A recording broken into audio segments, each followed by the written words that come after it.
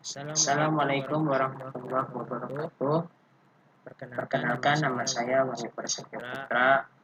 Nama saya dari kelas PAIB dengan UTM 312104. Pada kesempatan hari ini saya akan membahas tentang sebuah teori belajar konstruktivisme. Apa sih teori belajar konstruktivisme itu?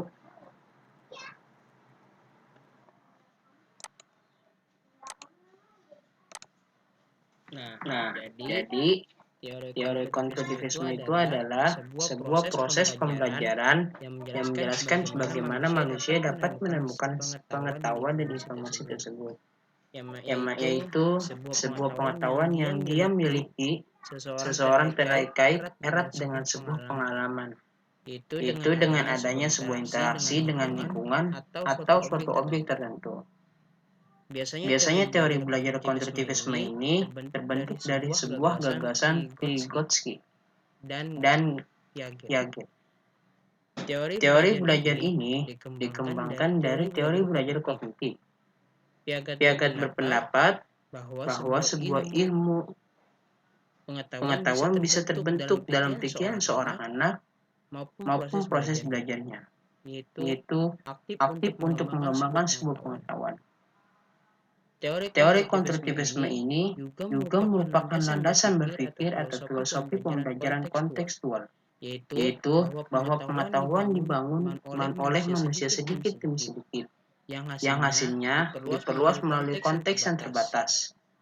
Pengetahuan bukanlah seperangkat fakta-fakta, konsep, atau kaidah yang siap untuk diambil dan diingat.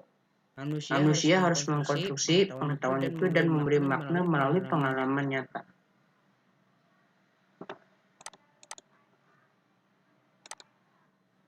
Nah, selain itu, konstruktivisme merupakan komponen pertama dalam konsep belajar mandiri.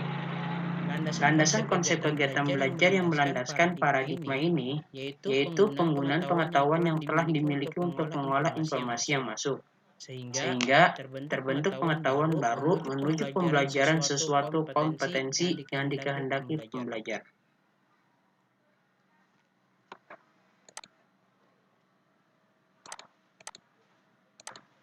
Nah, itu dia tadi pengertian dari teori konstruktivisme.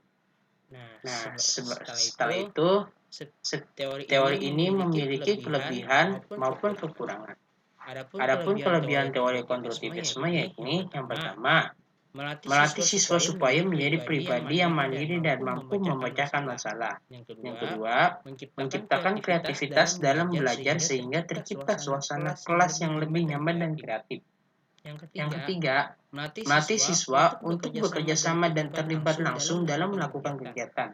Yang keempat, menciptakan pembelajaran yang lebih bermakna dan menumbuhkan kepercayaan diri pada siswa. Karena memiliki kebanggaan dapat menemukan sendiri konsep yang sedang dipelajari, dan siswa juga merasa bangga dengan hasil temuannya. Nah, yang terakhir, melatih siswa berpikir kritis dan kreatif. Selanjutnya yakni kekurangan teori konstruktivisme. Adapun kekurangan teori konstruktivisme ini yang pertama adalah satu, sulitnya mengubah keyakinan guru yang sudah terstruktur menggunakan pendekatan tradisional selama bertahun-tahun.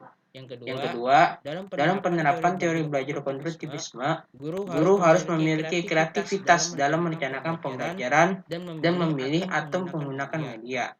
Guru yang malas dan tidak mau berkembang akan sulit menerapkan teori belajar konstruktivisme ini, karena mereka yang kekurangan atau guru yang tidak begitu kreatif. Lalu yang ketiga yakni siswa dan orang tua memerlukan waktu beradaptasi dengan proses belajar dan mengajar yang baru. Setelah kita membahas tentang kelebihan dan kekurangan dari teori konstruktivisme, lalu kita akan membahas tentang penerapan teori konstruktivisme. Jikalau Bapak dan Ibu ingin menerapkan teori belajar ini di kelas, maka ada beberapa hal yang harus diterapkan. dan harus dilalui dalam tahapan-tahapan. Adapun langkah-langkahnya ialah sebagai berikut. Yang pertama, Bapak atau Ibu harus mampu membentuk pemikiran peserta didik bahwa bekerja secara mandiri akan menghasilkan kegiatan belajar yang lebih bermakna. Lalu yang kedua, kembangkan kegiatan inquiry di sebuah topik pembelajaran. Lalu yang ketiga, memunculkan rasa keingintahuan peserta didik terhadap suatu permasalahan melalui bertanya. Lalu yang keempat, membentuk masyarakat belajar atau belajar dengan kelompok-kelompok tertentu. Nah, selain itu, dalam penerapan teori konstruktivisme ini, yakni ada yang namanya butuh kemandirian. Dalam teori tersebut, seorang guru berarti telah membantu siswa menemukan identitas intelektual mereka. Para siswa yang merumuskan pertanyaan-pertanyaan dan kemudian menganalisis serta menjawabnya berarti telah mengembangkan tanggung jawab terhadap proses belajar mereka sendiri, serta menjadi pemecah masalah atau problem solvers. Selain itu, dalam hal ini, siswa juga dilatih untuk mendorong kemandirian dan inisiatif siswa dalam belajar. Dengan menghargai gagasan-gagasan atau pemikiran siswa, serta mendorong siswa untuk berpikir. Lalu dalam penerapan yang lain juga dijelaskan, guru mengajukan sebuah pertanyaan terbuka dan memberikan kesempatan beberapa waktu kepada siswa untuk memberikan sebuah stimulus dan merespon. Dalam hal ini, berpikir reflektif memerlukan waktu yang cukup dan seringkali atas dasar gagasan-gagasan dan komentar orang lain. Cara-cara guru mengajukan pertanyaan dan cara siswa merespon atau menjawabnya akan mendorong siswa mampu membangun keberhasilan dalam melakukan pendidikan.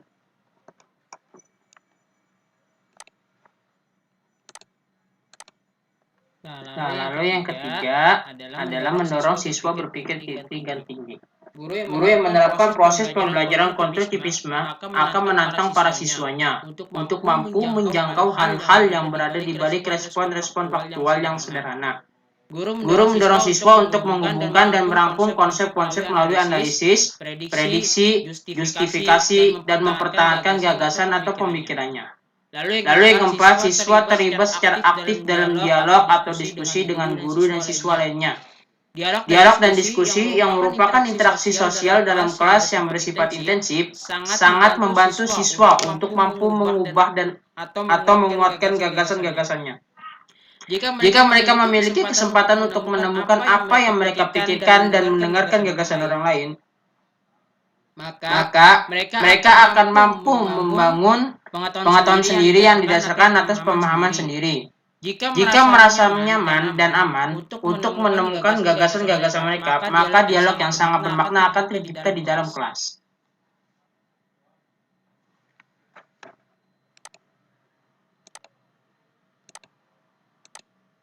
Lalu, selain itu, dalam penerapannya, siswa terlibat dalam pengalaman yang menantang dan mendorong terjadinya diskusi. Hal ini bertujuan jika diberi kesempatan untuk menyusun berbagai macam prediksi, seringkali siswa menghasilkan hipotesis tentang sebuah fenomena alami.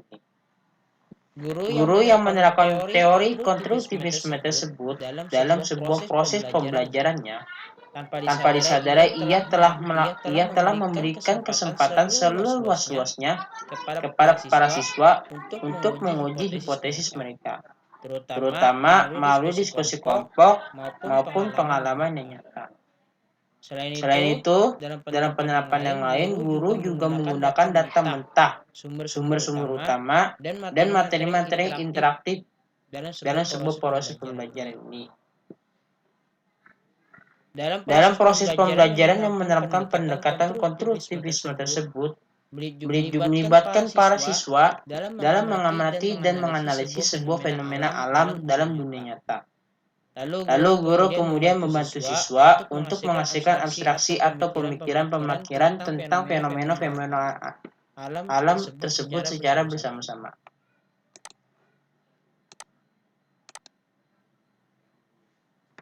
Nah, jikalau tadi kami jelaskan tentang sebuah penerapan teori konstruktivisme tersebut, kali ini kita akan memberikan sebuah contoh pada teori konstruktivisme. Contohnya yakni yang pertama, siswa diajak oleh guru untuk mengamati dan mencari tahu sendiri tentang sebuah permasalahan melalui alam, laboratorium, perpustakaan, teman sebaya, koran maupun internet. Lalu yang kedua, guru mengajak siswa sebagai mitra lebih proaktif untuk mencari tahu jawaban. Nah, itu dia tadi penjelasan mengenai teori pembelajaran konstruktivisme. Cukup sekian apabila ada perkataan maupun kesalahan dalam penyampaian sebuah materi kurang berkenan maupun ada sedikit kesalahan. Karena kesalahan datangnya dari saya sendiri dan kebenaran hanyalah milik Allah Subhanahu wa taala. Cukup sekian. Terima kasih. Assalamualaikum warahmatullahi wabarakatuh.